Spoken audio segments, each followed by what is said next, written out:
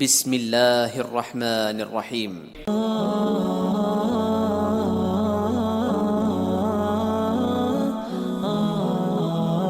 حضرت ابو ہریرہ رضی اللہ تعالی عنہ بیان کرتے ہیں،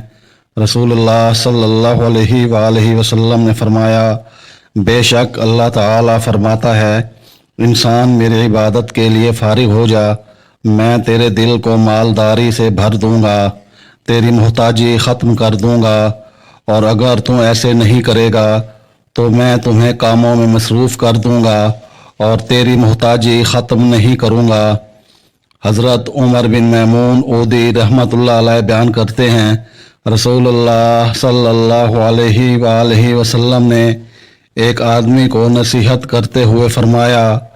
5 چیزوں کو 5 چیزوں سے پہلے غنیمت سمجھو، اپنی جوانی کو اپنے بڑھاپے سے پہلے، اپنی صحت کو اپنے مرض سے پہلے، اپنے مالدار ہونے کو اپنی محتاجی سے پہلے، اپنی فراغت کو اپنی مصروفیت سے پہلے، اور اپنی زندگی کو اپنی موت سے پہلے۔ حضرت ابو ہریرہ رضی اللہ تعالی عنہ بیان کرتے ہیں، رسول اللہ صلی اللہ علیہ وآلہ وسلم نے فرمایا، روز قیامت بندے سے نعمتوں کے بارے میں سب سے پہلے یوں سوال کیا جائے گا، کیا ہم نے تیرے جسم کو درست نہیں بنایا تھا، اور کیا ہم نے تجھے ٹھنڈے پانی سے سیراب نہیں کیا تھا۔ حضرت اسامہ بن زید رضی اللہ تعالی عنہ بیان کرتے ہیں، رسول اللہ صلی اللہ علیہ وآلہ وسلم نے فرمایا،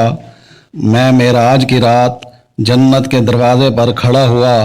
تو دیکھا کہ اس میں زیادہ تر داخل ہونے والے غربا تھے، جبکہ امیر لوگ روک لیے گئے تھے، اور آگ والوں یعنی کافروں کے لیے جہنم کا حکم دے دیا گیا تھا، اور میں جہنم کے دروازے پر کھڑا ہوا اور دیکھا کہ اس میں جانے والوں کی اکثریت عورتوں کی تھی۔ حضرت انس رضی اللہ تعالی عنہ بیان کرتے ہیں، رسول اللہ صلی اللہ علیہ وآلہ وسلم نے فرمایا، میت کے ساتھ 3 چیزیں جاتی ہیں، ان میں سے 2 واپس آ جاتی ہیں اور ایک اس کے ساتھ باقی رہتی ہے،